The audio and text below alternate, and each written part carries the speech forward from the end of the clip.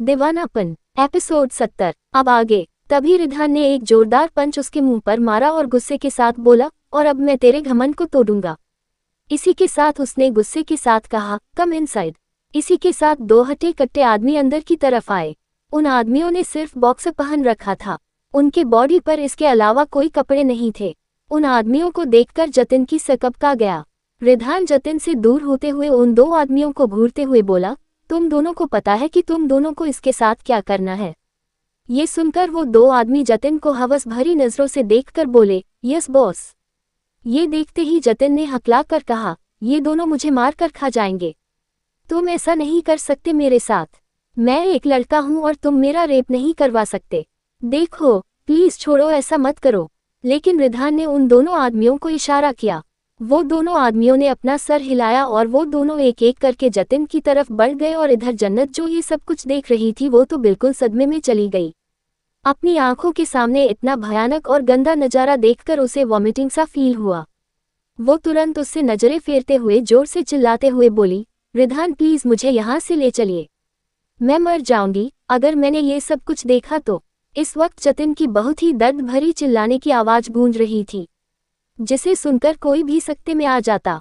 लेकिन रिधान को तो इन सब से फर्क नहीं पड़ा। पर जन्नत की आवाज सुनकर उसके एक्सप्रेशंस बदल गए। वो पीछे मुड़ा और जन्नत को देखने लगा।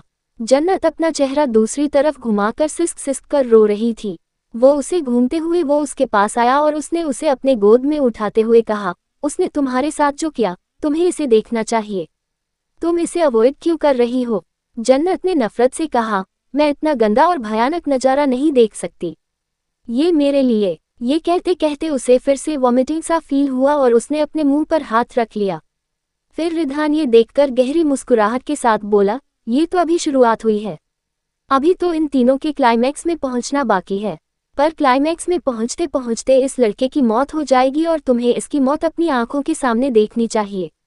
जन्नत को अभी भी यकीन नहीं हो रहा था कि उसने क्या देखा है अपनी नज़रों से, और वो भी रिधान ने ये सब कुछ करवाया है। क्या रिधान इतना खतरनाक हो सकता है?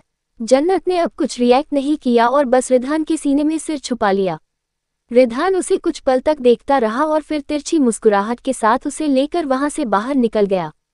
अंडस्को इधर दूसरी तरफ अनु इस वक्त पूरे क्लब में जतिन और जन्नत दोनों को ही एक साथ ढूंढ रही थी, पर उसे कोई कहीं दिखाई नहीं दिया।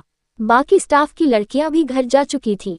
उन्होंने परेशान होकर कहा, ओ गॉड, जतिन भी मुझसे नाराज होकर चला गया और शायद जन्नत भी मुझसे नाराज होगी। पता नहीं दोनों के बीच ऐसा क्या हुआ। मैंने कितना प्लान किया था आज के लिए, पर सब खराब हो गया। अब मैं क्या करूं? मैं कैसे उन दोनों को वापस बुलाऊं? दोनों में से कोई मेरा फोन भी नहीं उठा रहा है। ये सब कहते हुए वो क्लब से बाहर निकली। वो क्लब के बाहर आए और रोड पर खड़ी हो गई। वो रोड के आसपास देखने लगी। उसे उम्मीद थी कि शायद जन्नत उसे कहीं दिखाई दे जाए या फिर जतिन कहीं दिख जाए, पर उसे कहीं कोई दिखाई नहीं दिया। लेकिन तभी अचानक से उसकी नज़र एक कोने की तरफ गई, जहां पर एक लंबी कार खड़ी थी और वहां पर कोई लड़की थी। उस लड़की को अनु कुछ पल तक ध्यान से देखती रही। दूसरे ही पल अनु की आंखें हैरानी से बड़ी हो गई और वो तुरंत बोली, ये लड़की, ये तो आशी है, पर ये इतनी बड़ी कार में क्या कर रही है? जहां तक मुझे याद है इसने कहा कि इसके पास टैक्सी में जाने के लिए पैसे नहीं है। यहाँ तक कि ठीक से खाना पीना भी नहीं कर पाती और अभी इतनी बड़ी कार से निकल रही है। आखिर ये चल क्या रहा है? और ये इस वक्त इस क्लब के एरिया में क्या कर रही है? इसने तो कहा था कि इसे इन सब में इंटरेस्ट नहीं है। मुझे तो पहले लगा था कि ये लड़की कुछ ना कुछ तो सस्पिशियस है और अब मुझे इसके बारे में सबूत भी मिल गया। ये कहते हुए उन्होंने तुरंत अपना फ़ोन निकाला और वो आशी की फ़ोटोज़ क्लिक करने लगे। आशी ने मास्क लगाया था और उसने उस कार से निकलकर कुछ देर तक आसपास देखा और फिर वो वापस उस कार में बैठ गई और कार दूसरे ही पल वहां से निकल गई। अनु ने सारी फ़ोटोज़ क्लिक की और बोली, अब तुम देखते जाओ, मैं तुम्हारा क्या हाल करती हूँ। तुमने मुझे मना किया था ना और घमंड दिखाया था। अब देखो कल मैं तुम्हारा घमंड कैसे तोड़ती हूँ, और तुमने जो भी झूठ बोला है हम सबसे, उसके लिए भी तुम्हें सजा दिलवाऊंगी। ये कहते हुए अनु भी फिर वहां से निकल गई।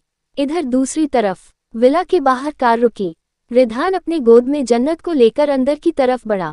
जन्नत की आंखों से अभी भी आंसू निकल रहे थे, लेकिन वो बस चुपचाप टुकुर टुकुर रिधान को ही देखे जा रही थी। रिधान के चेहरे पर कोई भी एक्सप्रेशंस नहीं थे। वो उसे लेकर सीधे अंदर की तरफ आया। उसने उसे सोफे पर बिठाया। सोफे पर बैठते ही जन्नत ने तुरंत अपने दोनों हाथों से अपनी अप्पर बॉडी को कवर किया। रिधान ने उसे कुछ पल तक देखा और फिर अपना कोट उतारते हुए उसके बॉडी पर डालते हुए बोला, जाओ जाकर चेंज कर लो। ये कहते हुए उसने अपने शर्ट की स्लीव्स को फोल्ड किया और सीधे किचन एरिया की तरफ जाने लगा। जन्नत को समझ नहीं आया कि वो क्या बोले और कैसे रिएक्ट करे, पर तभी उसने रिधान के कोट को पहना और हिचकिचाते हुए बोली, रिधान आप वहाँ क्लब में क्या कर रहे थे? ये सुनकर रिधान के चलते कदम रुक गए और वो अपनी भौहें आपस में चढ़ाकर बोला, मैं तुम्हारा प्रॉब्लम में फंसने का वेट कर रहा था और फिर हीरो की तरह एंट्री लेने का भी वेट कर रहा था, और जब तुम प्रॉब्लम में फंस गई तो मैंने हीरो की तरह एंट्री लेकर तुम्हें बचा लिया। रिधान की ऐसी टेढ़ी बात को सुनकर जन्नत के भाव बदल गए और उसने गुस्से के साथ झुंझलाते हुए कहा, रिधान मैं सच कह रही हूँ, प्लीज मुझसे मजाक मत कीजिए और साफ साफ बताइए कि आप वहाँ क्या कर रहे थे। फिर ये सुनकर दूसरे ही पल गुस्से के साथ रिधान उसकी तरफ आया और उसके बाजुओं को कसकर पकड़कर बोला, अगर यही सवाल मैं तुमसे करूं कि इतने छोटे कपड़े पहनकर तुम उस क्लब में क्या कर रही थी, तो जवाब दोगी तुम मुझे? अब जन्नत स्पीचलेस हो गई। उसने धीरे से अपने कपड़ों को देखा। वो वन पीस थाई तक थी। उसकी गोरी और स्मूथ लेग्स थाई तक साफ साफ दिखाई दे रही थी, जो काफी ज्यादा अट्रैक्टिव नजर आ रही थी। लेकिन तभी उसने मुंह बनाकर कहा, तो क्या प्रॉब्लम है इन कपड़ों में? ये कपड़े पहनने के लिए ही बने हैं। अगर मैंने ये पहने तो उससे आपका वहां जाने का क्या कनेक्शन? आप मेरे कोई बॉडीगार्ड तो है नहीं जो आप मेरे पीछे पीछे मेरी हेल्प के लिए लगे रहते हैं। ये सुनकर रिधान ने दांत पीसते हुए कहा, ये ऐसी कैची जैसी जुबान तुम्हारी मैं एक दिन काट कर रख दूंगा, इसलिए मेरे सामने ज्यादा जुबान चलाने की कोशिश मत करो।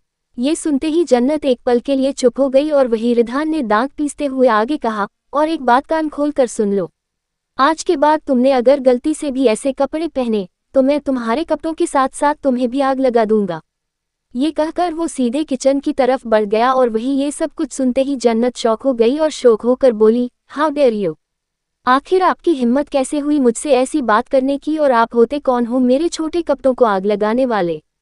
आपकी प्रॉब्लम क्या है? आप इतना ओवर रिएक्ट क्यों कर रहे हैं? लेकिन रिधान ने अब कुछ जवाब नहीं दिया और वो वहां से जा चुका था। जन्नत ने खुद से बड़बड़ाते हुए कहा, रिधान की आखिर प्रॉब्लम क्या है? ये ऐसे क्यों बिहेव कर रहे हैं जैसे कि मेरे प्रॉब्लम में फंसने से उन्हें बहुत प्रॉब्लम हुई है, क्योंकि ये खुद एक ट्रबल मेकर है। ये कहते हुए वो वही सोफे पर बैठ गई, पर तभी कुछ ही देर में रिधान अपने हाथ में एक बाउल लेकर आया। उस बाउल को देखकर जन्नत कुछ समझ नहीं पाई। रिधान ने उस बाउल को टेबल पर रखा और उसके पास बैठ गया। तभी जन्नत की आंखें बड़ी हो गई और उसने हकलाते हुए कहा, इस बाउल में वाटर का क्या करेंगे आप? रिधान अपने हाथ में कॉटन के कपड़े को लेकर उसकी तरफ बढ़ते हुए बोला, ये मेरे लिए नहीं बल्कि तुम्हारे लिए है। ये सुनते ही जन्नत की आंखें और भी ज्यादा फैल गई और उसने वापस से कहा, मेरे लिए? पर मेरे लिए क्यों, और ये इतना गर्म क्यों है? देखिए, मुझे लगता है कि आपका दिमाग खराब हो गया है, तभी आप ऐसी अजीब अजीब हरकतें कर रहे हैं। मुझे अपने अपार्टमेंट जाना है। ये कहकर वो जैसे ही वहां से जाने के लिए उठी, उसी वक्त रिधान ने उसकी कलाई को पकड़कर वापस सोफे पर गिरा दिया। जन्नत हैरान हो गई और रिधान ने उसके हाथ को गुस्से के साथ पकड़ते हुए कहा, उस इंसान ने तुम्हें जहां कहीं भी छुआ है, उसके टच को मिटाने के लिए ये जरूरी है? ये सुनते ही जन्नत हक्की बक्की रह गई। उसे तो समझ ही नहीं आया कि वो इसका क्या जवाब दे। उसके सामने बैठा सनकी पागल इंसान गर्म पानी से उसके शरीर को धुलने जा रहा था, पर इससे उसकी जान निकल जाएगी। ये सब सोचते ही जन्नत तुरंत हड़बड़ाते हुए बोली, रिधान आर यू क्रेजी? आखिर क्या सोचकर आप मेरे लिए ये गर्म पानी लेकर आए हैं? मेरे बॉडी पर एक भी मांस का टुकड़ा नहीं बचेगा अगर गलती से भी ये मेरे बॉडी पर पड़ा तो। उसके जवाब में रिधान ने पागलपन की आवाज में कहा, मुझे फर्क नहीं पड़ता, बस मुझे उस इंसान के टच को तुम्हारे शरीर से रिमूव करना है, फिर इसके लिए मुझे चाहे जो करना पड़े मैं करूंगा। ये सुनकर जन्नत के चेहरे पर पसीने आने लगे और वो तुरंत अपने हाथ को पीछे खींचते हुए बोली, रिधान मुझे लगता है कि आप इस वक्त अपने होश में नहीं हैं, इसलिए आप ऐसी बच्चे जैसी बातें कर रहे हैं। इससे अच्छा तो मैं शावर ले लूंगी, वो ज्यादा बेटर होगा। लेकिन रिधान ने कॉटन के कपड़े को उस गर्म पानी में डाला और सीधे जन्नत के हाथ को पकड़कर खींचते हुए बोला, नहीं, उससे मुझे सेटिस्फैक्शन नहीं होगा जितना मुझे इससे तुम्हें साफ करने में होगा। मैं नहीं चाहता कि एक भी टच तुम्हारी बॉडी पर रहे, क्योंकि तुम्हारी बॉडी बहुत सॉफ्ट और डेलिकेट है। जिसे सिर्फ वही इंसान टच कर सकता है जिसको तुमने बचपन से लेकर आज तक परेशान किया है। ये सुनकर जन्नत ने हैरानियत भरी आवाज में कहा, रिधान आप सच में पागल हो गए हैं। आप ये कैसी बात कर रहे हैं? किसको मैंने बचपन से लेकर आज तक परेशान किया है? ये सुनकर रिधान ने अचानक से उसके गर्दन को पकड़ा और उसे एकदम से अपने करीब खींच लिया। जन्नत रिधान के चेहरे के बिल्कुल नजदीक आ गई। उन दोनों के होठों के बीच सिर्फ 1 इंच का फैसला था। रिधान उसके होठों को गौर से देखते हुए उसकी आंखों में देखने लगा और उसके होंठ पर अपनी गर्म सांसें छोड़ते हुए बोला, तुम्हारे सामने क्या मैं दिखाई नहीं दे रहा हूँ? वो मैं ही तो हूँ जिसको तुमने परेशान किया है, और तुम्हें टच करने का भी हक सिर्फ मुझे होना चाहिए और किसी को भी नहीं। इसी के साथ अचानक से जन्नत के मुंह से एक दर्द भारी चीख निकल गई और रिधान उसके हाथों पर उस गर्म कॉटन को रब करने लगा। जन्नत लगातार चीखे जा रही थी, वो चिल्लाए जा रही थी, वो दर्द में कराह रही थी। उसने कसकर रिधान की शर्ट को पकड़ लिया। रिधान उसके पूरे हाथ को उस कॉटन से रब करते हुए साफ करने लगा। जन्नत की आंखों से आंसू निकलने लगे। उसने दर्द में कहा, आप इंसान नहीं बल्कि शैतान हैं। मैं इसके लिए आपको माफ नहीं करूंगी क्योंकि मुझे दर्द हो रहा है। रिधान ने अचानक से उसके होठों पर अपनी एक उंगली रखते हुए कहा, shh shh. I know it's hurting but you to tolerate ना। ये सुनते ही अब जन्नत और भी ज्यादा दर्द में कसमसाने लगी। रिधान ने उसके अब पैरों को देखते हुए कहा, उसने तुम्हारे पैरों को भी टच किया था ना? ये सुनते ही जन्नत हकला कर बोली, नहीं, उसने सिर्फ मेरे हाथ में टच किया था और आपने मेरे हाथ का जो हाल किया है, अब मैं वो अपने पैरों के साथ नहीं करवा सकती। Please Ridhan, I request you, मुझे बख्श दीजिए। ये कहते हुए जन्नत की आंखें अब भर आई थी और उसने अपने हाथों को देखा। उसके दोनों हाथ लाल पड़ गए थे, लेकिन रिधान ने उसके पैरों को घूरते हुए कहा, डोंट वरी, मैं तुम्हारे पैरों से भी उस इंसान के टच को मिटा दूंगा जिससे फिर तुम्हें खुद से नफरत नहीं होगी। ये कहते हुए वो अब उसके कदमों में झुका और उसने उसके पैरों को अपने हाथ से पकड़ लिया। ये देखते ही जन्नत जोर से चिल्लाई, रिधान नहीं। पर तभी रिधान ने उसके हाई हील्स को अपने हाथों से निकाला। जन्नत ने कसकर सोफे को पकड़ लिया और अपनी आंखें कसकर बंद करते हुए बोली, रिधान आप ये ठीक नहीं कर रहे हैं।